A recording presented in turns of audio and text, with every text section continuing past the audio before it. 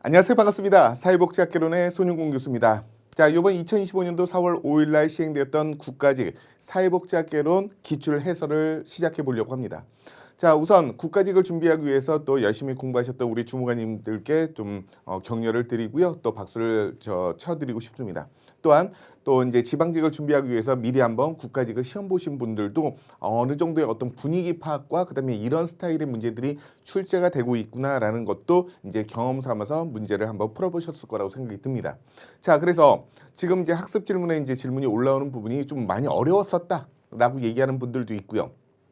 이러이러한 부분을 많이 놓쳤다. 그리고 또 우리가 이제 생각했던 일반적인 생각보다는 좀 더 당연히 평이했고 또 쉬웠던 이런 난이도의 문제들인데 오히려 좀 어렵다. 이렇게 이제 생각하시는 분들도 있더라고요. 그건 뭐냐면 기본과 기초가 아직 부족했기 때문에 그렇고요. 그다음에 응용 능력이 아직까지 잘 갖춰져 있지 않기 때문에 그런 거예요. 그렇기 때문에 지금부터 마지막까지는 계속 문제를 풀면서 자신의 그 사고체계를 문제 푸는 사고체계로 이제 바꾸셔야 되는 부분이 되겠죠. 자, 그러면 요번에 이제 그 국가직 기출 문제들이 어떻게 구성되는지 제가 지금 살펴보니까요. 먼저 사회복지 정책과 제도 부분이라는 부분에서 11문제가 출제가 되었습니다. 참 많이 출제가 되었죠. 여전히도 요번에 국가직에서도 사회복지 정책과 제도 부분에서 11문제가 출제가 되었고요. 그리고 이제 사회복지 실천이라는 부분에서 바로 5문제가 출제가 되었습니다.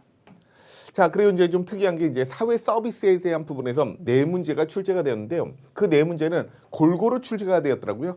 아동에 대한 부분, 장애인에 대한 부분, 노인에 대한 부분, 청소년에 대한 부분.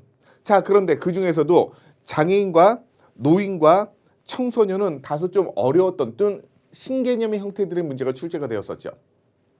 자, 그중에 이제 장애인은 장애 분류, 즉 WHO에서 세계보건기구에서 정하고 있는 장애에 대한 분류.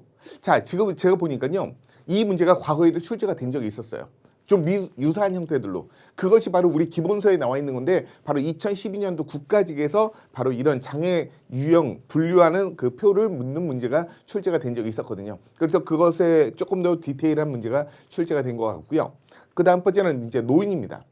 자, 아동학대에 대한 부분에서의 신고 의무자 뭐 이런 부분들은 늘 배워왔단 말이죠. 근데 이번에는 노인학대에 대한 신고 의무자인데요. 요건 좀 센스 있게 푸시면 충분히 정답을 찾는데 어려움이 없을 거라는 생각이 드는 거죠.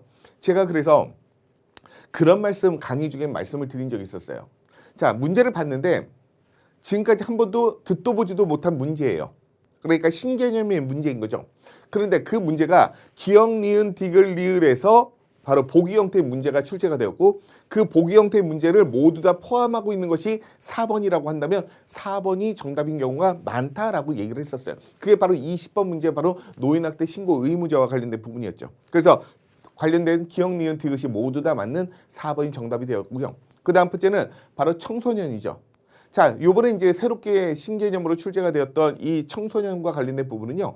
청소년 민간 운영에서 운영하고 있는 청소년 보호 관련 기관이나 시설을 묻는 그런 문제가 되었었습니다. 자, 그래서 좀 상당히 좀 당혹스럽기도 했지만 자세히 뚫어져 보면 자, 소년원이나 보호관찰소나 그다음 뭐 심사원이나 이런 쪽은 다 국가에서 운영하는 즉 법원에 바로 교정청 등 법원에서 이제 관련된 부분이기 때문에 그건 이제 공공의 영역에 해당되는 거고요. 협회는 이제 민간 영역이죠. 그래서 센스 있게 정답을 골라낼 수가 있었던 부분이 되겠습니다. 그래서 전반적인 내용들을 보니까요. 자, 사회복지 정책과 제도 부분에서 그것도 하물며 정책론에서 8문제가 나왔어요. 자, 요번에는요. 법제로는 아예 출제가 안 되었었어요. 법제로는 출제가 안 되고 오히려 또 정책론에서 3문제가 출제가 되었거든요. 보통 이제 한 문제 정도 많이 나오면 2문제인데요. 이번에는 바로 정책론에서 3문제가 출제가 되었고요. 자, 그리고 사회복지 실천 부분에선 5문제인데 자, 실천론에서는 2문제가 나왔고요. 그리고 기술론에서는 바로 뭐가 나왔습니까? 인지행동 모델이죠. 자, 그래서 바로 위기개입 모델을 걸러내는 그런 형태의 문제들이 출제가 되었었습니다. 자, 2024년도에는 위기개입 모델만 국가직에서 2문제가 나왔었는데 이번에 이 위기개입 모델보다는 인지행동 모델을 묻는 문제가 출제가 되었고요. 그리고 항상 자, 지역사회복지론하고 조사론은 한 문제씩 출제가 되는데 지역사회복지론이 출제가 안 된다면 조사론에서 2문제가 출제가 되는 거죠. 자, 그래서 이번에도 조사론에서 2문제가 출제가 되었고요. 아까도 말씀드렸던 것처럼 사회 서비스에서는 아동과 장애인과 노인과 청소년에 대한 부분이 출제가 되었었습니다. 자, 그리고 지금까지 가에서 많이 출제가 되었던 바로 정신건강사회복지에 대한 부분이 이번엔 출제가 되지 않았죠. 자, 그래서 이제 거의 정신건강사회복지는 출제될 것들이 거의 다 출제가 되었기 때문에 이제는 더 이상 이제 출제될 부분이 별로 없고요. 출제가 된다면 이제는 그런 정신건강 사회복지에 대한 전반적인 모든 것을 종합적인 형태의 문제가 나올 수도 있겠지만 지금까지 거의 뭐 7번 정도 출제가 됐으니까 6번, 7번 출제가 되었으니까 이제는 더 이상 이제 지방직에서도 출제가 되기 좀 어렵지 않을까 그렇게 예상을 해봅니다. 자, 그렇다면 이제 관련된 내용들을 보니까요. 자, 난이도가 아주 높은 그런 문제는 없었어요. 그리고 난이도가 이제 중정도 되는 문제는 바로 신개념의 문제가 이번에는 3문제가 출제가 되었거든요. 자, 그 신개념의 문제가 바로 이제 사회 서비스 원이라는 부분이 나왔죠. 그래서 시도 사회 서비스 원에 대한 부분, 요게 이제 신개념의 문제가 되었고요. 그다음 번째는 바로 이제 청소년 보호 기간이죠. 자, 청소년 보호 기간도 또 신개념의 문제이고요. 그리고 이제 12년 전 13년 전이죠. 13년 전 바로 국가직 2012년도에 한번 유사한 형태들이 출제가 되었지만 우리가 이제 보통 7번, 8년 정도의 어떤 갭에서 이제 문제의 유형을 찾는 부분이다 보니까 13년 전에 출제가 되었던 것은 다시 이제 유사한 형태로 출제가 되어서 올해 이제 세계보건기의 어떤 장애 분류도 이제 신개념이라고 보시면 될 것 같아요. 자, 그래서 이 부분도 이제 새롭게 출제가 되었고요. 자, 이번에는 바로 사회복지 발달사가 좀 어려웠었습니다. 그러니까 단순히 외워서 문제를 풀 수가 없다는 거죠. 그래서 관련된 내용이 있어 바로 이게 구빈법에 대한 부분인지 이게 이제 스페멜 랜드법에 대한 부분인지 이게 뭐 자선주의 협회인지 이게 바로 미국에서의 헐하우스인지 그래서 영국과 미국에 대한 사회복지 발달을 종합적인 형태에서 출제가 되어서 좀 더 종합적인 형태이기 때문에 제가 이제 난이도를 중이라고 이렇게 표현했던 부분이 되겠습니다. 자, 그다음 번째는 이번에 이제 실험 설계. 자, 사회복지 조사론에서 실험 설계에 대한 부분인데요. 자, 진짜 실험 설계. 자, 그게 바로 순수 실험 설계가 있고요. 그다음에 비슷한 형태의 실험 설계, 유사 실험 설계가 있고요. 그다음에 이제 실험 설계의 전 단계인 원시 실험 설계가 있는데 정답은 이 원시 실험 설계와 관련된 부분이 출제가 되었던 부분이 되겠죠. 자, 원시 실험 설계는 우리가 알고 있는 실험 설계에 대한 기본 조건들, 이 기본 조건을 갖추지 않았을 때 사용하는 방법이 바로 원시 실험 설계였단 말이죠. 근데 거기서 키워드가 뭐가 있었습니까? 무작위 할당이라는 부분이잖아요. 자, 실험 설계에 대한 기본적인 조건 4가지 뭐 있었습니까? 무작위 할당, 독립 변수에 대한 조작, 그리고 종속 변수에 대한 비교. 마지막 하나 뭐예요? 통제 에 대한 부분, 통제 집단에 대한 부분이죠. 자, 이런 것들이 있어야 되는 부분이지. 외생 변수의 어떤 통제, 그죠? 자, 이렇게 해서 이제 4가지가 있어야 되는 부분인데 그 중에 모든 것들이 갖추어지지 않았을 때 사용하는 것이 바로 원시 실험 설계였거든요. 그래서 그 부분을 묻는 문제가 출제가 되는데 다소 좀 어려웠던 부분이기도 합니다. 자, 그래서 이렇게 20문제 중에 난이도가 중정도 되는 형태의 문제가 한 4문제 정도가 출제가 되었고요. 그리고 나머지 16문제는 제가 볼 때는 난이도가 하하 정도가 된다. 그래서 자, 작년에도 난이도가 중하 정도 되었거든요. 자, 작년에 국가직은 중하 정도가 되었었는데 요번에 2025년도에 국가직은 중정도로 작년보다는 조금 좀 어렵게 출제가 되었다. 이렇게 보시면 될 것 같아요. 그 조금 더 어렵게 출제가 되었던 것이 신개념의 문제가 3문제의 형태들로 출제가 되었기 때문에 저는 좀 다소 좀 어렵지 않았을까 그렇게 생각을 하고 있습니다. 그래서 난이도는 중이다. 이렇게 보시면 될 것 같습니다. 자, 그럼 이제 본격적으로 한번 보도록 할게요. 자, 1번 문제는요. 길버트하고 스펙트죠. 자, 길버트하고 스펙트 학자별 사회복지 모형과 관련된 부분인데 길버트하고 스펙트가 제시했던 바로 사회의 어떤 필수 기능 그리고 그것에 대한 사회제도로 옳게 짝져진 것은 무엇이냐라는 거잖아. 옳게 짝져진 거. 자, 그래서 사회화 기능. 자, 사회화 기능 어디죠? 가족제도인 거죠. 그리고 상부상조는 뭐예요? 사회복지제도가 되겠죠. 사회통합은 뭡니까? 바로 길버트하고 스펙트는 뭐라 그랬었어요? 종교제도라고 얘기했었어요. 그래서 옳은 것을 보면 사회 통제에 대한 기능이 바로 정치제도와 관련된 부분이 되겠죠. 그래서 바로 4번이 정답이 되겠습니다.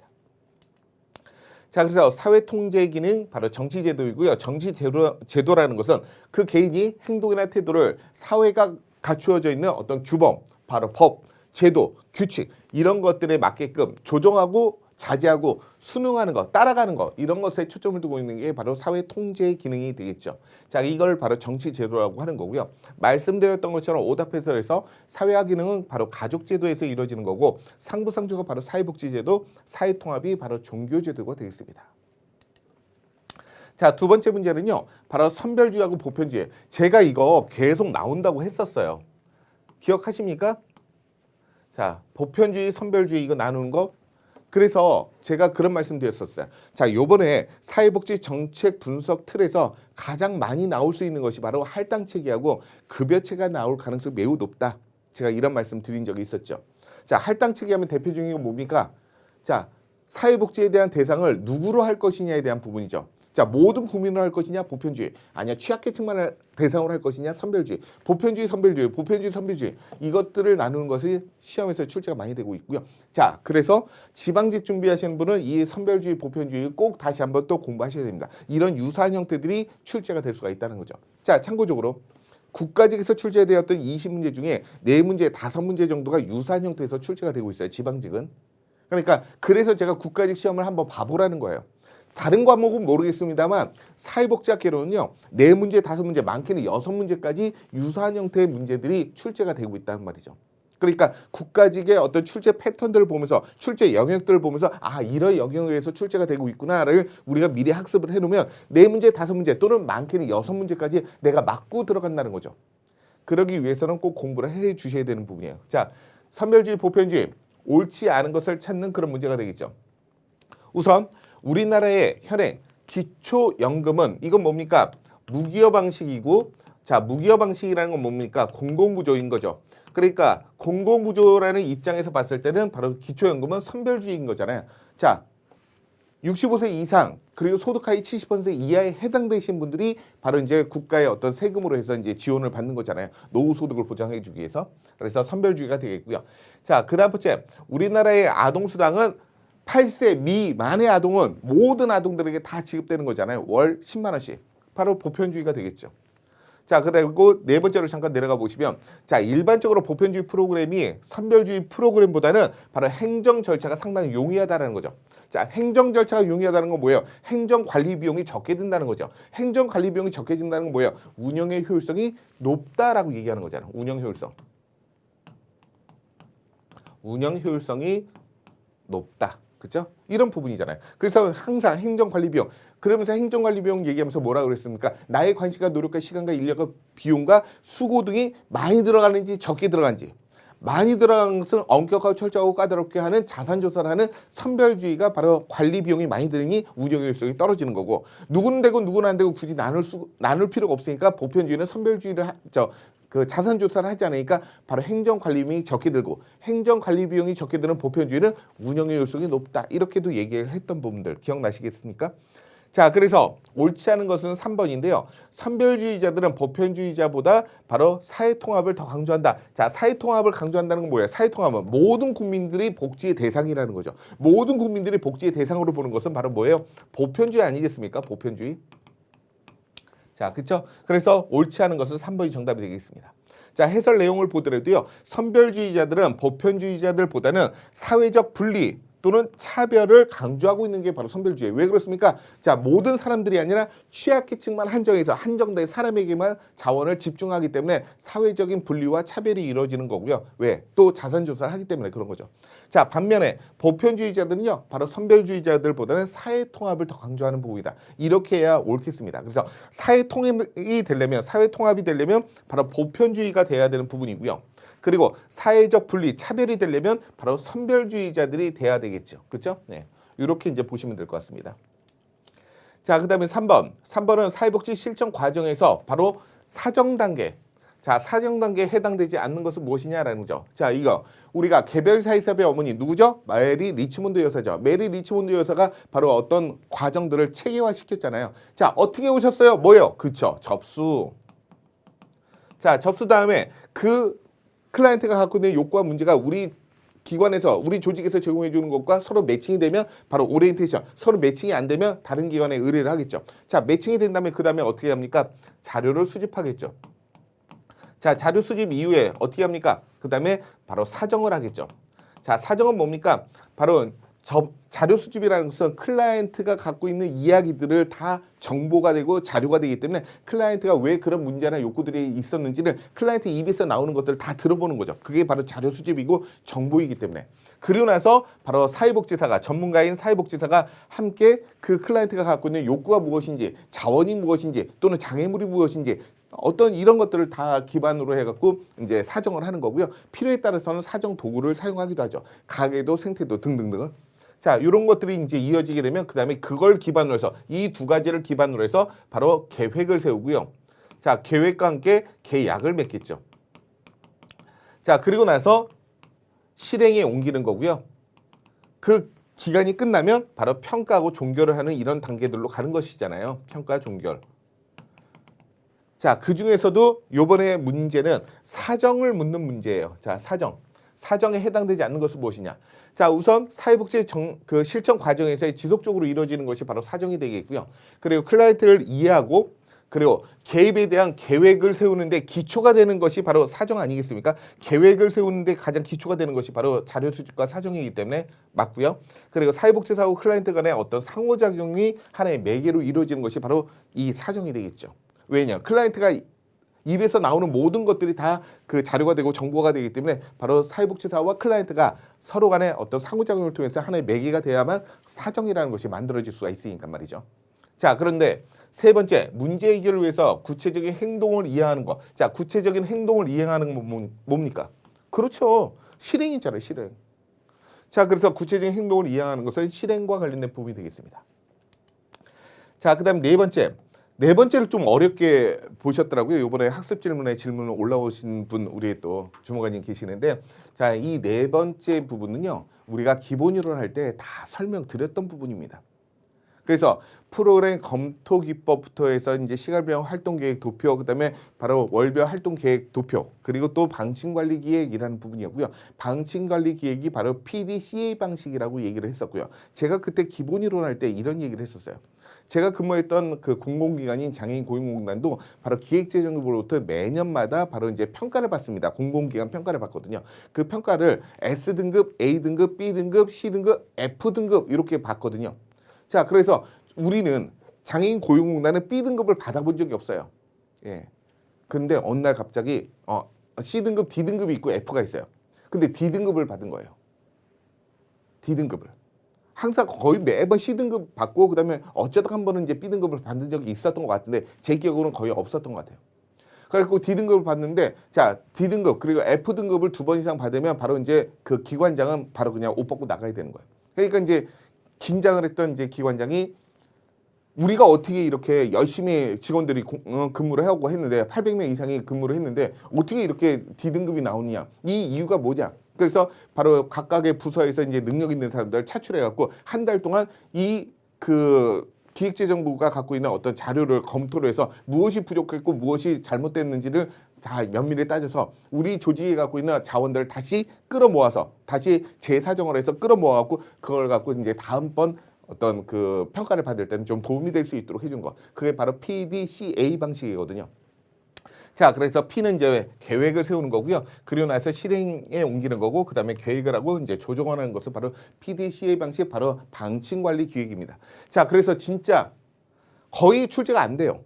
방침관리 기획하고 그다음에 월별 활동계획 카드는요 아예 거의 출제가 안 되고 있고, 보통 기획관리 기법 하면 바로 이제 시간별 활동계획 도표나 또는 프로그램 평가 검토 기법, 특히 프로그램 평가 검토 기법이 이게 이제 출제가 또 종종 되었던 거죠. 거기에서 이제 나오는 게 바로 인계 통로, 인계 경로라는 것도 이제 출제가 되었던 부분들인데, 자, 이렇게 방침관리 기획이 이제 출제가 되었으니 바로 이제 지방직 준비하시는 분도 이런 부분들을 보셔야 됩니다. 자, 바로 국가직에서 바로 프로그램 평가 검토 기법, 바로 인계 경로가 2017년도에 나오니까 바로 지방직에서 2달 만에 바로 프로그램 평가 검토 기법, 인계 경로를 묻는 문제가 또 출제가 되었던 부분들이에요. 그래서 이렇게 거의 출제가 안 되었다가 2017년도에 출제가 되니까 바로 지방직도 따라가는 것처럼 바로 이번에 방침관리 기획이 나왔으니까 이것과 유사한 형태들의 문제가 나올 수도 있다는 거죠. 자, 그래서 4번이 정답이 되겠습니다. 자, 방침관리 기획은요, PDCA, 즉 Plan, Do, Check, Act라는 부분으로요, 조직이 갖고 있는 문제를 해결하기 위해서 핵심 목표를 달성하기 위해서 바로 조직이 갖고 있는 자원들을 동원하는 것에 중점을 두고 있는 게 바로 PDCA 방식이 되겠습니다. 자, 그리고 시간별 활동계획 도표라는 것은 바로 이제 세로바에는 세부 목표하고 활동 프로그램들을 기입하고 가로바에는 바로 시간을 기입해서 막대 그래프를 이용해서 시간 소요를 확인하는 것이 바로 시간별 활동계획 도표가 되겠죠. 자, 참고적으로 그리고 월별 활동계획 카드라는 건요, 바로 바탕종이 위에다가 가로에는 월별로 기록을 해놓고 그 다음에 그곳에 아래 공간에다가 카드를 삽입하거나 붙여서 사용하는 방법이 바로 월별 활동계획 카드가 되겠고요. 자, 프로그램 평가 기법은 바로 효율성을 따지면서 인계 경로를 확보를 해갖고 바로 효과성도 함께 따지고자 하는 것이 바로 이 프로그램 평가 검토 기법이거든요. 그래서 바로 이렇게 프로젝트를 관리하는 데 사용하는 그런 도구이고요. 그래서 작업을 계획하고 일정에 대한 자원을 효율적으로 관리하기 위한 방법이 바로 프로그램 평가 검토 기법, 펄트 기법이라고 할 수가 있겠습니다. 자, 그다음에 다섯 번째, 자, 사회복지 역사에 대한 전개 과정인데요. 시간 순으로 바르게 나열한 것은 무엇이냐라는 부분이죠. 자, 그러면 이거를 이제 알려면 여러 가지 것들을 기억하고 계셔야 되는데요. 먼저 영국의 어떤 법들, 자, 엘리자베스 구빈법에서부터 신구빈법까지 구정작길 수공개정. 그래서 그 중에서 뭐만 외우면 된다? 자, 엘리자베스 구빈법 1601년도 그리고 개정구빈법 바로 이제 1869년도, 1834년도죠. 자, 이렇게 되어 있고요. 그리고 영국 최초의 민간 자선단체, 바로 자선조직협회는 1869년도가 되어 있고요. 그리고 미국의 헐하우스는 뭐예요? 바로 토인비 홀을 경험했던 제인 아담스가 바로 자신이 살고 있던 시카고에다 설립한 것이 바로 헐하우스고 이게 1889년도라고 말씀드렸었어요. 그것만 머릿속에 기억하시면 이 순서를 정확히 찾을 수가 있겠죠. 자, 그래서 정답은 바로 2번이 정답이 되겠습니다. 자, 답번이 뭡니까? 바로 최초로 제정된 거 바로 1601년도가 되겠죠. 구비법. 그다음에 라번은 뭡니까? 벚꽃이 카우티, 즉 벚꽃이 지방에서 만든 부분이죠. 최저생기비하고 빵의 가격을 계산해서 바로 최저생기비를 만들고 그리고 이제 최저생기비보다 못한 임금을 받았을 때 바로 보조금을 주는 임금보조제를 운영했던 게 바로 스패밀랜드법이 되는 거고요. 자, 그다음 번째는 가번이 되겠죠. 가번은 뭡니까? 자, 민간 자선단체들의 서비스에 대한 중복을 해결하기 위해서 바로 영국 런던에서 최초로 설립했던 바로 협회가 뭐냐라는 거죠. 자선조직협회, 바로 1869년도. 자, 그리고 제인 아담스, 자, 미국의 제인 아담스가 자신이 살고 있었던 시카고에다 설립했던 헐하우스, 1889년도. 그러니까 정답은 바로 2번이 정답이 되겠죠. 어렵지 않았던 부분이에요. 근데 이 관련된 내용들과 그다음에 그 제도와 그 내용들을 연결시키는, 결합시키는 그런 능력이 부족하면 이 문제도 어려울 수도 있습니다. 자, 말씀드렸던 것처럼 엘리자베스 구빈법, 스패밀랜드법, 그리고 자선조직협회, 그리고 헐하우스 이렇게 보시면 되겠죠. 자, 그다음에 사회복지조사론에 대한 부분에서 예전에 한번 출제가 되었던 부분이기도 합니다. 그 조사에 대한 프로세스, 과정에 대한 부분이죠. 그래서 제가 이거 할 때는 뭘 얘기했었냐? 제가 장애인 고용공단에 근무하니까 바로 이제 장애인분들을 취업할 수는 이렇게 하다 보니까 장애인분들이 쉽게 그만두고 이런 모습들을 자주 보게 되었죠. 그때 이제 인사 담당자나 사업주들이 장애인들이 나약해 빠졌고 약해 빠져갖고 이런 것도 힘들어서 그만두고 이런 것들은 장애인 고용공단이라는 곳이 있으니까 거기서 바로 매번 이제 취업 발산해주고 하니까는 그런 것들 이제 그 비상구가 있으니까 이 사람들이 또 힘들면 또 다른 데 가갖고 또 이제 일자리 알아봐 달라고 이렇게 요구하고 이러지 않겠느냐라는 거죠. 그런 것들을 자주 듣다 보니까 과연 이게 장애인분이 나약하고 연약하기 때문에 이렇게 회사를 쉽게 그만두는 건지 아니면 다른 원인들이 있는지가 이제 궁금증이 있었던 거예요. 그래서 제가 이제 석사학위나 박사학위 논문에서 바로 장애인분들이 직업을 유지하는데 영향을 미치는 요소들이 무엇이냐라는 것을 이제 그 연구를 하게 되었던 것이죠. 먼저 문제를 제기를 합니다. 자, 문제를 제기하고 나서 그 다음 번째는 뭘 하는 거죠? 바로 조사 설계를 하는 거죠. 어떻게 양적 조사할 건지 질적 조사할 건지 아니면 전수 조사할 건지 표본 조사할 건지 이런 것들을 결정을 하는 거고요. 그리고 거기에 따라서 자료를 수집하는 거죠. 자, 자료를 수집하고 자, 이게 첫 번째, 이게 두 번째. 그리고 그 다음에 자료를 수집하면 수집된 자료를 어떻게 합니까? 분석을 해야 되겠죠. 이게 이제 네 번째. 그리고 분석된 그 결과를 보고서로 작성하는 거죠. 이게 다섯 번째. 자, 그래서 정답은 바로 3번이 정답이 되겠죠. 자, 그래서 나, 다, 그리고 마죠. 예, 나다, 마, 그 다음에 가라. 이렇게 되어 있습니다. 자, 이렇게 해서 바로 이제 6번의 정답은 3번입니다. 자, 이제 7번입니다.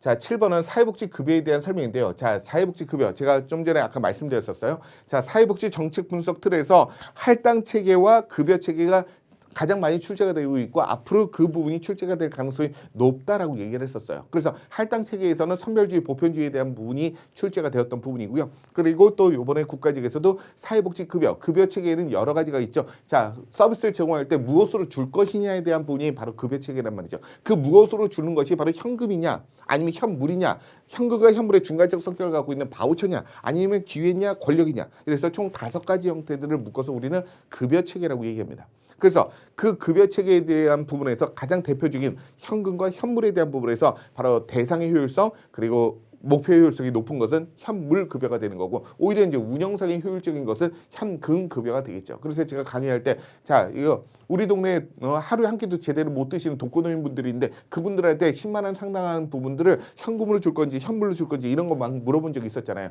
그래서 만약에 현물로 줬을 때는 운영 효율성이 떨어진다는 거죠. 물론 정확하게 목표와 대상의 효율성 부분을 이제 확보를 할 수 있지만 그런 먹는 용도까지도 우리가 이제 결정할 수 있는 사안은 아니고 우리는 해야 될 업무들이 있다 보니까. 그런데 이것을 현물 급여를 제공해주면 매달마다 마트 가고 사갖고 가가고 다니면서 전달해주고 이런 수고와 노력과 인력과 비용과 시간이 엄청나게 많이 들겠죠. 그래서 오히려 운영 효율성이 떨어지는 부분이고, 바로 현금 급여는 은행에다 계좌에다 딱 알려주면 은행에서 프로그램을 쫙 싸주니까 나의 수고와 노력과 비용과 인력과 시간이 적게 들어가니까 운영 효율성이 높다, 이렇게 얘기하는 부분들 기억나실 겁니다.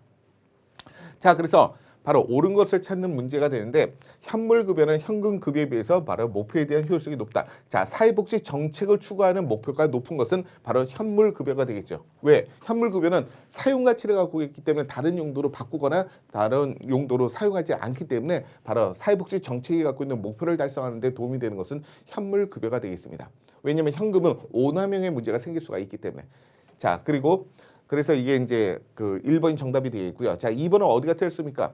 자, 현금급여는 현물급여에 비해서 수급자에 대한 효용이 낮다라고 했는데, 자, 수급자의 효용은 뭐냐면 사용하는 그 편리성, 사용하는 편리성이 바로 효용입니다. 그러면 자, 현금급여는 현금으로 주기 때문에 그 범위 안에서 자유롭게 내가 쓸 수 있으니까 수급자의 효용이 상당히 높은 거죠. 그죠? 네, 편리성이 있으니까. 그러니까 자유롭게 자신의 어떤 선택권이 보장되는 거잖아요. 그래서 선택의 자유가 있는 것이 바로 요 수급자의 효용인데요. 그것이 낮은 것이 아니라 높다라고 얘기해야 되겠죠. 자, 낮으려면 어떻게 됩니까? 현물급여가 더 낮겠죠. 자, 그리고 현금급여는 현물급여에 비해서 바로 관리 운영에 대한 비용이 더 소요된다라고 했는데, 관리 운영의 비용이 적게 소요되는 것이죠. 그죠? 적게. 자, 그리고 네 번째, 현물급여는 현금급여에 비해서 바로 수급자의 어떤 선택에 대한 자유를 통해서 자기결정권을 더 제고할 수 있다. 자, 선택에 대한 자유를 통해서 자기결정권을 더 제고하는 건 뭡니까? 현금급여가 되겠죠. 그렇죠? 예, 그래서 해당되지 않겠습니다. 자, 그래서 옳게 고치면 이렇죠. 현금급여는 현물급여에 비해서 수급자에 대한 효용이 더 높다라고 얘기하거나, 또는 현물급여는 현금급여에서 수급자의 효용이 더 낮다라고 얘기하거나, 이렇게 바꾸면 옳겠습니다. 자, 2번 같은 경우에는요, 현금급여는 현물급여에 비해서 바로 관리 비용에 대한 관리 운영 비용이 적게 소요된다, 즉 운영 효율성이 높다라고 얘기하거나, 또는 현물급여는 현금급여에 비해서 관리 운영 비용이 더 소요된다, 즉 운영 효율성이 낮다, 이렇게 얘기할 수도 있겠죠. 자, 그리고 네 번째 보시면요, 현물급여는 현금급여에 비해서 수급자의 어떤 선택에 대한 자유를 통해서 자기 결정권을 제고할 수 없다라고 해야 옳겠고요. 자, 반대로 자, 현금급여는 현물급여에 비해서 수급자의 선택에 대한 자유를 통해서 자기 결정권을 더 제고할 수 있다라고 얘기할 수도 있겠습니다. 이렇게 바꿀 수도 있다는 얘기예요. 자, 그 다음에 8번입니다. 그래서 이제 8번은 신개념의 문제로 출제가 되었던 부분이죠. 그래서 민간에서 운영하고 있는 청소년 보호 관련된 기관 시설에 해당되는 것은 무엇이냐라는 거죠. 자, 소년원이나 보호관찰소나 그다음에 소년분류심사원 같은 경우에는 바로 국가기관이죠. 국가기관. 그래서 이제 바로 법무부 소속으로 되어 있고요. 바로 이제 보호관찰소 같은 경우에는 이제 교정청 소속으로 되어 있죠. 자, 소년원이나 그다음에 보호관찰소 다 교정청 소속에 해당되는 거고요. 그리고 소년분류심사원은 이제 그 법원의 소년부 안에 있는 부분이 되겠죠. 그래서 바로 이제 1번, 2번, 3번은 모두 다 이제 공공의 영역에서 운영되는 부분들이고, 한국소년보호협회라는 것은 민간에서 운영하는 부분이기 때문에 좀 이렇게 살짝 멀찍이서 보게 된다면 공공과 민간에 대한 운영 부분을 구별할 수가 있다는 겁니다. 그래서 8번은 바로 4번이 정답이 되겠다. 자, 한국소년보호협회라는 건요, 위기 청소년들을 지원해 주고요. 그다음에 그들이 사회 복귀나 자립을 돕기 위해서 다양한 프로그램 또는 서비스를 제공해주는 민간 기관입니다. 민간 협회가 되는 거죠. 이 협회는요, 청소년들에게 교육이나 상담이나 직업 훈련 그리고 장학금 지원과 같은 걸 통해서 새롭게 출발할 수 있도록 지원해 주는 것이 바로 청소년 보호협회가 되겠죠. 자, 한편 오답해설에서 바로 소년원은요, 바로 법원에서 보호 처분을 받았던 그 청소년들이 일정 기간 동안에 생활을 하면서 교육과 재활 프로그램을 받는 시설이 바로 소년원, 일명 우리가 교도소라고 얘기하는 건데 청소년들이 가는, 소년과 청소년들이 가는 곳이 바로 소년원이 되겠습니다. 자, 그리고 보호관찰소. 자, 보호관찰소는 법원이 선고했던 그 범죄를 저지른 사람에게 보호관찰을 수행하면서 재범을 방지하고요, 사회복귀를 지원해 줄 수 있도록 역할을 수행하는 그런 기관이 바로 보호관찰소가 되겠죠. 그리고 이제 소년분류심사원은요, 바로 법원 소년부에 있죠. 그래서 법원 소년부로부터 위탁받은 그런 청소년들을 대상으로 해서 바로 비행에 대한 원인 그리고 문제에 대한 어떤 행동을 분석하고 적절하게 보호 처분을 결정하기 위해서 심사하고 있는 기관이 바로 소년분류심사원이 되겠습니다. 자, 그다음에 9번이죠. 9번은 이제 사회복지 행정론인데 조직 이론과 관련된 부분입니다. 자, 이 조직 이론도 어렵다고 이렇게 그 질문이 올라왔었어요. 자, 그런데 자세히 보시면 어렵지 않아요. 그러니까 실수를 최소화시키는 게 가장 중요하죠. 자, 조직 이론에서 옳지 않은 것은 무엇이냐? 자, 인간관계 이론. 자, 인간관계 이론하면 세 가지가 있지 않습니까? 자, 첫 번째는 뭐예요? 메이오의 후손 실험. 두 번째는 맥그리거의 X, Y론. 그죠? 그 다음에 룬트 스테치의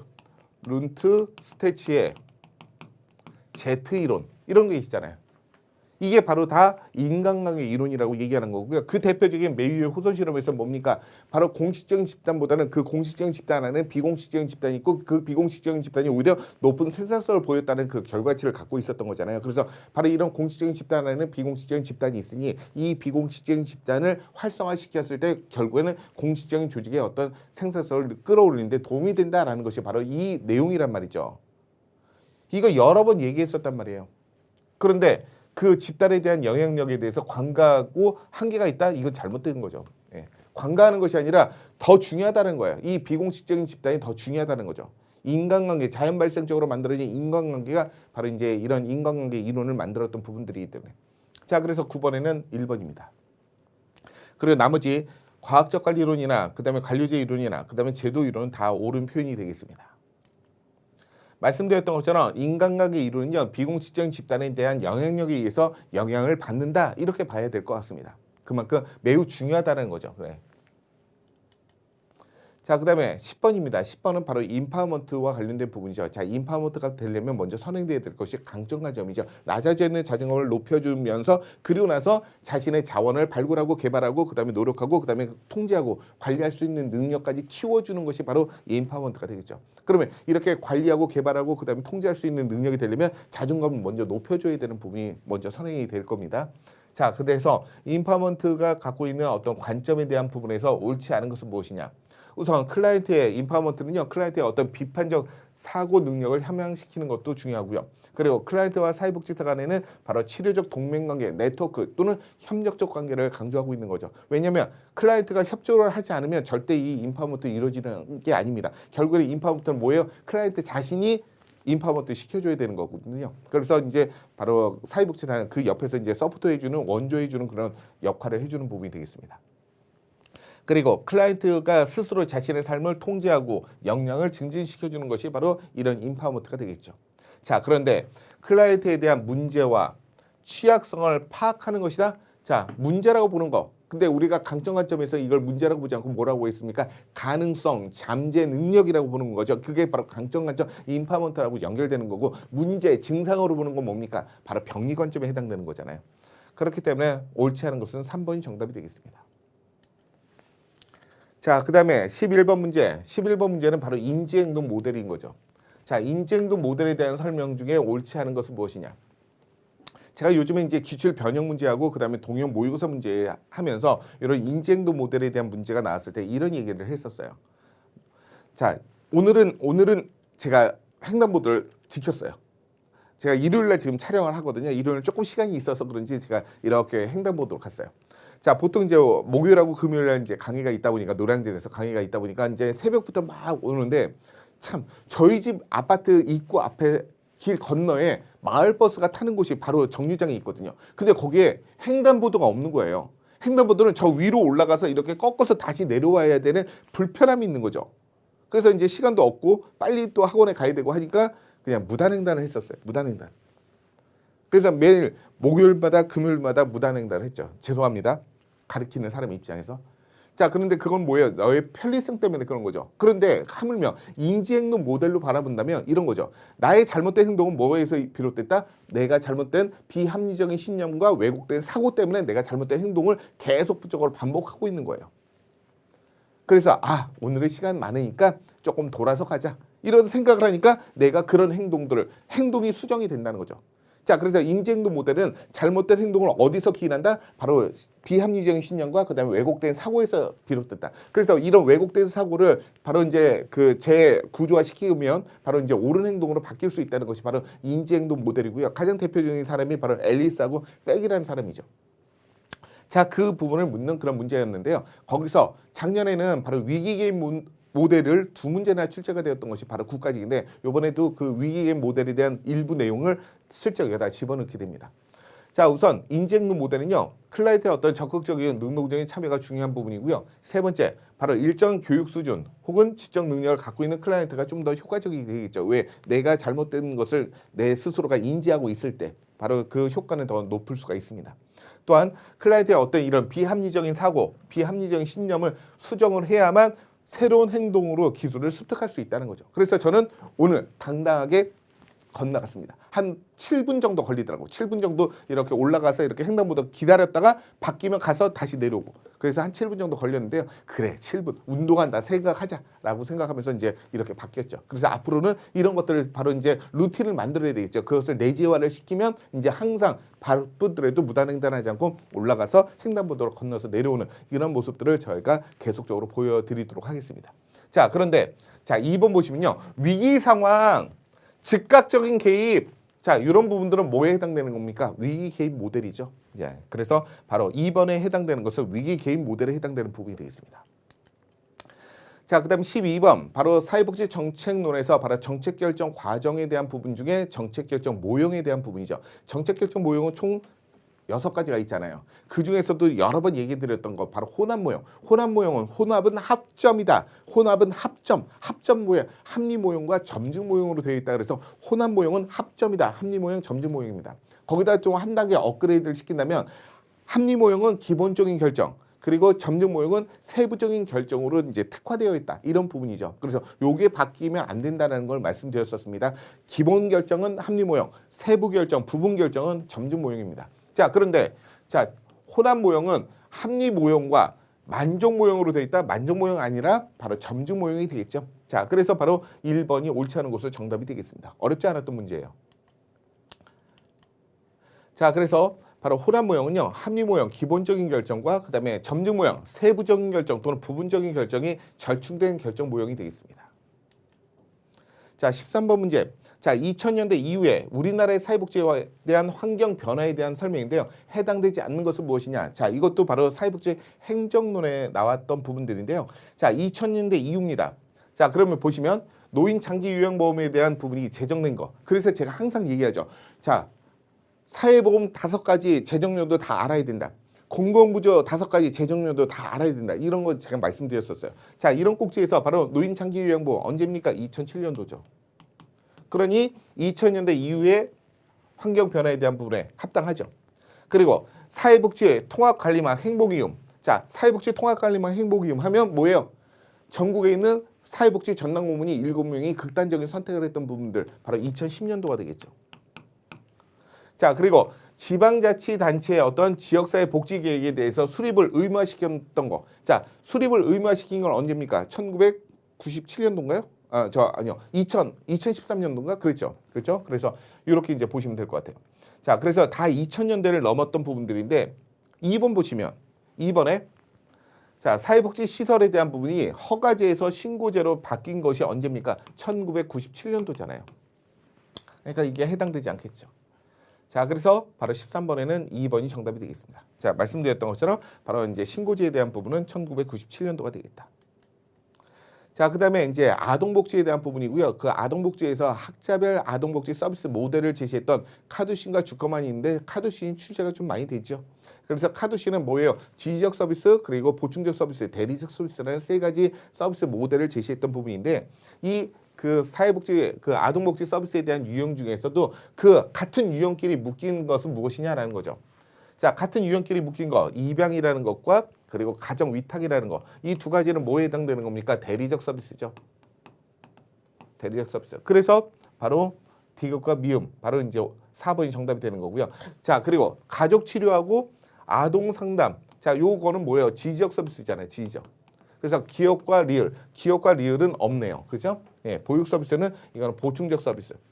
자, 그래서 기업 디귿과 그다음 미음은 바로 대리적 서비스에 해당되는 부분이고요. 그리고 아동 상담 서비스하고 가족 치료는 지지적 서비스, 그리고 이제 보육 서비스 같은 경우는 보충적 서비스에 해당되는 부분이기 때문에 자, 14번에는 4번이 정답입니다. 자, 그다음에 15번입니다. 15번은요. 사회복지 이념에 대한 설명인데 옳은 것은 무엇이냐. 자, 이것도 어렵다고 얘기를 했어요. 이게 어렵습니까? 전혀 어렵지 않아요. 전혀 어렵지 않아요. 왜? 1번만 알고 있으면 되거든요. 자, 뭐예요? 사회복지에 대한 이념에 대한 설명 중에 옳은 것을 찾는 거예요. 옳은 것. 그래서 조지아 윌딩 또는 여기는 조지아 와일딩이라고 했는데요. 조지아 윌딩 같은 경우는 이제 사분법에서 반집합주의, 소극적 집합주의, 그리고 페이비언 사회주의, 그리고 마르크스주의라는 이 네 가지가 있었잖아요. 자, 그러면서 항상 강의할 때 얘기할 때, 자, 조지아 윌딩에서 반집합주의, 반집합주의는 뭡니까? 반집합주의는 좋은 거예요, 나쁜 거예요? 내가 물어봤죠. 반집합주의는 뭐예요? 나쁜 거예요. 왜 나쁩니까? 반집합주의는 곧 개인주의를 얘기하는 거잖아요. 집합주의를 반대한다는 거니까. 반집합주의는 집합주의를 반대하는 거예요. 그러니까 개인주의가 되는 거죠. 그래서 이 반집합주의는요. 자유시장 경제체제를 옹호하는 사람들이에요. 그래서 불평등이 필요하고 자유가 필요하고 개인주의를 원했던 그런 모델이 바로 반집합주의가 되는 거죠. 자, 개인주의, 자유, 불평등이 필요하다. 자, 그래서 자유와 불평등 그리고 개인주의를 핵심 가치로 보고 있는 거. 그래서 나머지는 볼 필요도 없는 거예요. 자, 1번이 정답이에요. 그러니까 여기서 자꾸 헤매다 보니까 기본서에는 바로 미시라도 나왔고 퍼니스하고 틸트도 나왔고 그다음에 티티머스도 나왔는데 이거 제대로 이렇게 가르쳐주지 않으셨는데 이거 어떡하지? 자, 그런데 조지아 윌딩 같은 경우에 여러 번 얘기했었죠. 저는 이제 에스피 앤더슨이 좀 출제될 가능성이 높다라고 얘기를 드렸었는데 오히려 이제 조지아 윌딩이 출제가 되었습니다. 자, 그럼 무슨 얘기냐? 학자별 사회복지 모형은 분명히 출제가 된다는 거죠. 그게 바로 이제 웰레스키와 르보가 나올지 조지아 윌딩이 나올지 아니면 에스피 앤더슨이 나올지에 대한 부분인데요. 자, 조지아 윌딩이 나왔으니까 다시 한번 또 공부하셔야 돼요. 지방지역에서. 그래서 조지아 윌딩이 또 추가적으로 육분법 체계를 묻는 문제가 나올 수도 있고요. 아니면 바로 학자별 사회복지 모형 중에서도 에스피 앤더슨이 또 나오지 않을까 그렇게 예상을 해봅니다. 자, 미시라는요 바로 조합주의적 복지국가하고 다원적 복지국가 이렇게 두 가지로 나눴던 사람이 바로 이 미시라인데요. 자, 이렇게 복지국가가 바로 이제 정부하고 고용주 그리고 근로자가 상호 협력을 통해서 이익을 통합하는 것은 바로 조합주의 복지국가가 되는 겁니다. 자, 그런데 다원주의 복지국가에 해당되지 않는 거죠. 자, 그다음에 티티머스입니다. 티티머스는 웰레스키와 르보가 얘기했던 바로 자녀적인 개념하고 제도적인 개념에 대한 하나를 더 추가시켰던 거잖아요. 자, 그래서 성취 업종 달성 모델하고 그다음에 제도적 재분배 모형인데요. 자, 국가의 어떤 복지 제공에 대한 정도가 개인의 어떤 시장에 대한 기여 정도에 따라서 달라야 된다. 시장의 기여 정도에 따라서 달라져야 된다는 것은 뭐예요? 바로 시장 경제 원칙을 중요하게 생각하는 거잖아요. 그러니 이거는 제도적인 개념이 아니라 제도적 재분배 모형이 아니라 자녀적인 거죠. 자녀적. 자, 그리고 퍼니스하고 틸트는 뭡니까? 적극적 국가, 사회보장국가, 사회복지국가를 세 가지를 제시했던 사람인데요. 자, 적극적 국가는 정부의 어떤 개입이 국민들의 어떤 전반적인 어떤 삶의 향상과 실질적인 평등을 이루는 데 있다. 자, 전반적인 삶의 질 향상과 그다음에 실질적인 평등을 요구하는 것은 바로 적극적 국가가 아니라 이건 적극적 국가가 어디를 얘기하는 거냐면 미국 얘기하는 거예요. 미국은 자유시장 경제체제를 옹호하는 사람들이죠. 그런데 실질적인 평등을 요구했던 것은 바로 사회복지국가죠. 자, 사회복지국가를 어디를 얘기하는 겁니까? 스칸디나비아 반도에 있는 북유럽 국가, 스웨덴, 핀란드, 덴마크, 노르웨이 그런 나라들이 바로 이렇게 전반적인 어떤 삶의 향상과 그리고 실질적인 평등을 추구하려고 했던 것이 바로 이 사회복지국가가 되겠죠. 자, 말씀드렸던 것처럼 미시라의 조합주의적 복지국가에 해당되는 거고요. 다원적 복지국가는 분화된 복지국가라고도 얘기하는데 경제가 나쁜 영향을 주는 그런 사회복지는 제한되어야 된다. 그래서 자녀적인 역할을 중요하게 생각했던 부분이 되겠습니다. 그래요. 티티머스는 이제 보충적 모형 또는 자녀적 모형에 해당되는 부분이 있고요. 자, 제도적 재분배 모형은요. 사회복지를 사회 구성원들 모두에게 보편적으로 제공해 주는 것을 지향하는 것이 바로 제도적 재분배 모형이기 때문에 해당되지가 않는 거죠. 자, 그리고 펀이 싸고 튈 때는요, 바로 이제 사회복지국가에 대한 부분입니다. 자, 정부가 개입해서 국민들의 전반적인 삶의 질을 향상시켜주고, 그래 실질적인 평등을 추구하겠다라는 것이 바로 사회복지국가인 거고요. 자, 적극적 국가는 바로 미국을 얘기하는 건데, 바로 정부하고 기업 간의 어떤 협력을 통해서 제공해주는 부분들이고요. 바로 시장에 대한 기능을 강화시키는 부분이죠. 바로 자유시장 경제 체제로 옹호하고 있는 것이 바로 적극적 국가가 되겠습니다. 자, 그 다음 16번 문제. 16번은 좀 다소 좀 어려웠던, 난이도를 중으로 봤던 부분이었죠. 자, 사회복지에 대한 조사 설계에 대한 설명인데 옳지 않은 것은 무엇이냐라는 부분이에요. 자, 통제 집단 사후 조사 또는 통제 집단 사전 사후 검사 설계 이런 것들은 바로 이제 우리가 알고 있는 순수 실험, 진짜 실험 설계에 해당되는 거죠. 솔로몬 사집단 설계도 바로 이제 순수 실험 설계, 진짜 실험 설계, 진실험 설계. 자, 시계열 설계, 단순 시계열, 복수 시계열. 자, 이거는 바로 유사 실험 설계에 해당되는 거죠. 그리고 이제 단일 집단 사전 사후 조사. 자, 단일 집단 사전 사후 조사는 원시 실험이고요. 그리고 실험 전 단계인 전실험 설계라고 얘기합니다. 그런데 뭐가 틀렸느냐? 요게 틀린 거예요. 무작위 배정을 통하여 요 부분이 잘못됐죠. 원시 실험 설계는요. 이 실험 설계가 갖고 있는 기본적인 조건 이 네 가지가 해당되지 않을 때 사용하는 것이 바로 원시 실험. 그래서 실험 설계 전 단계다 이렇게 표현하는 거거든요. 요 부분이 잘못된 부분이 되겠습니다. 자, 그래서 바로 단일 집단 사전 사후 조사는요. 바로 실험 설계가 갖고 있는 기본적인 조건. 자, 외생 변수에 대한 통제, 독립 변수에 대한 조작, 그리고 종속 변수에 대한 비교, 그리고 마지막에 무작위 할당이라는 이 네 가지의 조건이 모두 다 해결되지 않았을 때 사용하는 것이 바로 원시 실험 설계에 해당되는 거고요. 거기에서는 무작위 할당이라는 것이 들어가지 않죠. 그렇죠? 예, 그렇기 때문에 그 부분이 옳지 않다는 거죠. 자, 이렇게 보시면 될 것 같습니다. 자, 실험 설계에 대한 유형이 바로 이제 순수 실험 설계, 아까 보셨던 바로 통제 집단 사후 검사 설계, 솔로몬 사집단 설계 이런 부분이 있었고요. 유사 실험 설계 또는 준 실험 설계인데요. 자, 시계열 설계죠. 거기에는 단순 시계열, 복수 시계열 이런 부분이 있겠고요. 그리고 원시 실험 설계. 자, 요번에 나온 게 바로 원시 실험 설계인데요. 단일 집단 사전 사후 검사 설계입니다. 단일 집단 사전 사후 검사 설계는 기본 조건들이 거의 충족되지 못했을 때 사용이 가능한 것이 바로 원시 실험 설계거든요. 여기서 말하는 기본 조건이 뭐예요? 바로 외생 변수에 대한 통제도 안 되고 독립 변수의 조작도 안 되고 종속 변수의 비교도 안 되고 무작위 할당은 더 안 되고 이런 것들이 바로 원시 실험 설계에 해당되는 부분이기 때문에 이렇게 보시면 될 것 같아요. 자, 이 부분도 출제가 과거에 된 적이 있었던 거죠. 자, 그다음 17번 문제 이제 신개념의 문제가 출제가 되었죠. 자, 사회서비스 지원, 사회서비스원 설립, 운영에 관련된 법률상 시도 사회서비스원에 대한 설명인데 옳지 않은 것은 무엇이냐라는 거예요. 자, 시도 사회서비스원입니다. 시도 사회서비스원.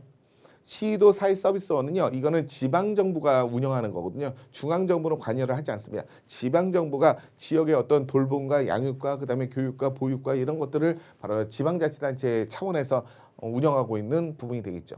자, 그런데 시도 사회서비스원에 대한 정관을 변경할 경우에는 보건복지부 장관에게 허가를 해야 되는데 이게 잘못됐죠. 주무관청, 자, 시도 사회서비스원이니까 시도 사회서비스원은 어디에다가 바로 주무관청이 시도지사에게 승인을 받는 거예요. 허가가 아니라 승인을 받는 거죠. 뭐 할 때? 정관을 변경할 때 말이죠. 그렇기 때문에 1번이 정답이 되겠습니다. 자, 말씀드렸던 것처럼 시도 사회서비스원에 대한 정관을 변경할 경우에는 그 서비스원이 설립되어 있는 그 지역의 주무관청, 즉 시도지사에게 그 변경안을 제출하고 승인을 받아야 된다는 부분이 되겠습니다. 이렇게 바꿔야 되는 거죠. 보건복지부 장관이 아니라. 자, 그 다음에 18번 문제는요. 우리나라의 사회보장 제도에 대한 설명인데요. 그 설명으로 옳은 것은 무엇이냐라는 건데요. 이것도 어렵다 그랬어요? 이것도 좀 어렵다고 이렇게 질문이 올라왔었어요. 18번 문제도. 근데 이거는 어려운 게 아닌데. 이건 되게 쉬운 건데. 자, 사회보험에 대한 재원은요. 사회보험은 자, 이거는 사회보험은 뭐예요? 보험의 방식이죠. 보험의 방식. 자, 보험의 방식이라는 건 뭐예요? 기여를 하고 그리고 나서 급여를 받는 방법이잖아요. 그래서 기여라고 급여를 받으니까 그 재원이 뭘로 되어 있습니까? 사회보험은 기여금과 부담금으로 구성되어 있는 거잖아요. 부담금. 그렇죠? 그러니까 일반 조세로 기반을 두고 있는 건 뭡니까? 공공부조가 되겠죠.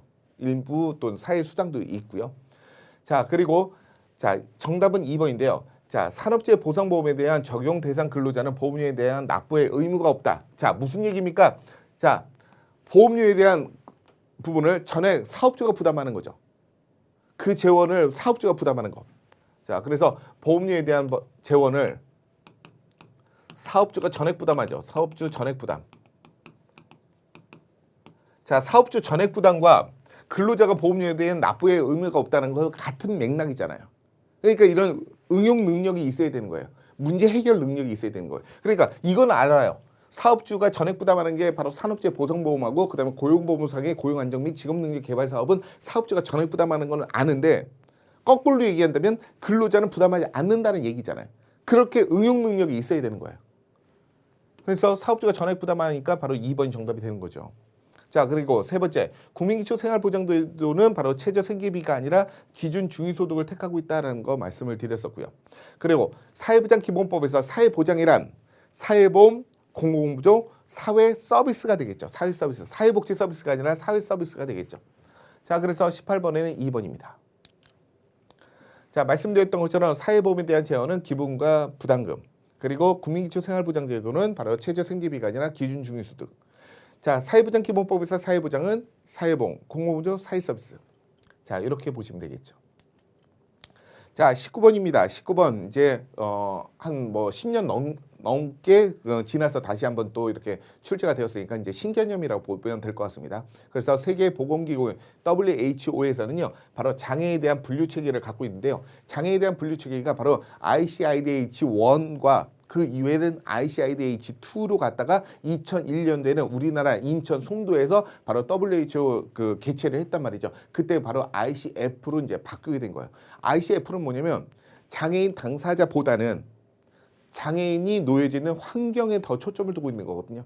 그래서 환경을 바꾸면 장애인도 그 환경에 접근하거나 신속하게 또 이용할 수 있기 때문에 바로 장애에 대한 부분이 그렇게 극복이 될 수 있다라고 보는 거예요. 그래서 이제 우리가 알고 있는 바로 베리어 프리라고 하는 무장애, 바로 이제 BF라는 것을 많이 이제 승인을 하고 있는 거죠. 그러려면 휠체어 장애인분이나 목발 장애인분이나 시각 장애인분들이 이동하시는데 전혀 불편함이 없는 환경을 다 만들어야 되다 보니까 바로 엄청나게 많은 어떤 그 비용이 들어가겠죠. 그래서 조금씩 이렇게 이제 바꿔나가고 있는데 우리나라는 아직까지도 ICIDH1을 기반으로 지금 현재 장애를 분류를 하고 있습니다. 아직까지 ICIDH2 또는 ICF까지는 가지를 못하고 있다는 거죠. 자, 그래서 ICIDH2 그다음에 ICF라는 순으로 발표가 되었다는 거 맞습니다. 옳지 않은 것이니까. 자, ICF는요, 그 개인이 갖고 있는 장애나 질병, 그리고 상황적인 맥락과 상호작용을 통해서 그 기능과 장애를 설명하려고 했던 거고요. 그리고 현재 우리나라는 여전히 ICIDH1을 지금 하고 있는데요. 바로 이제 손상, 장애에 대한 부분을 손상이라는 부분, 그리고 기능장애라는 부분, 사회적으로 분리가 필요하다는 부분, 이런 것들로 지금 계속 지금 자리매김을 하고 있는 거죠. 자, 그런데 바로 ICIDH2는 모든 사람들의 건강에 관련된 요소들을 설명해 줄 수 있고 보편적인 적용이 가능한 분류체계. 자, 보편적인 적용이 가능한 분류체계는 뭡니까? 이게 ICF가 되는 거예요.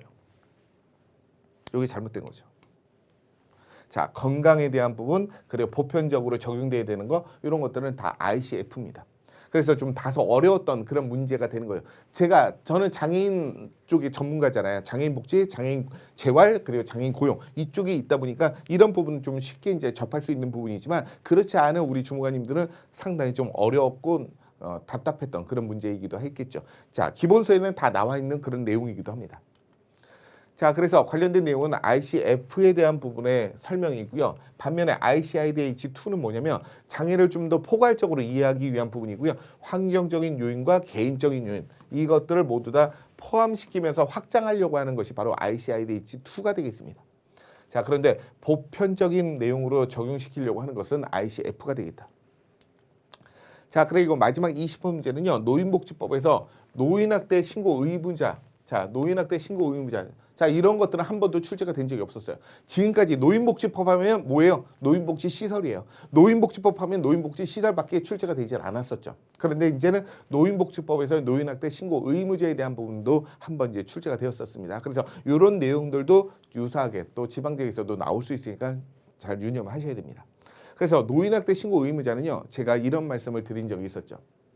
자, 신개념의 문제이고 듣도 보지도 못한 문제인데 그 듣도 보지도 못한 문제가 선택형 문제가 아니라 이런 보기 형태의 문제고 그 보기 형태의 문제에서 모든 것이 다 포함되어 있을 때는 4번이 정답인 경우가 많다라고 제가 말씀드린 적이 있었죠.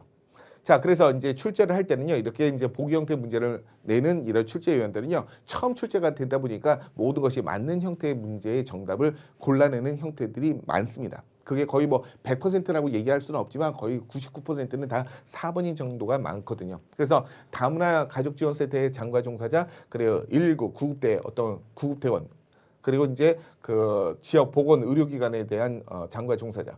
자, 이렇게 의료 서비스를 제공해주는, 그리고 다문화 가정 이런 부분들도 또 아동학대에 대한 어떤 그 확인을 할 수 있는 위치에 있는 사람들이 있잖아요. 그렇기 때문에 아동학대 신고 의무자가 되는 겁니다. 물론 사회복지 공무원도 아동학대 신고 의무자가 됩니다. 노인학대 신고 의무자가 됩니다. 그래서 아동학대하고 노인학대 이렇게 되어 있죠. 자, 이렇게 해갖고 모든 내용들을 마쳤고요. 이제 앞으로 또 국가직에서 좋은 결과를 냈으면 좋겠는데 제가 예상하는 그 점수는요, 바로 85점 정도로 보고 있습니다. 그래서 자, 이렇게 85점 이상을 맞추셔야 바로 이제 좋은 결과가 있을 것 같고요. 80점은 조금 약간 좀 아리까리한 이런 부분이고요. 85점 정도가 평균 그 합격선이라고 보시면 될 것 같습니다. 자, 그리고 또 지방직 준비하시는 분들은요, 바로 국가직 시험에 대한 내용들을 꼼꼼하게 공부하셔갖고 좀 공부하시는 데 도움이 되셨으면 좋겠습니다. 자, 오늘 강의 내용은 여기까지입니다. 수고하셨습니다.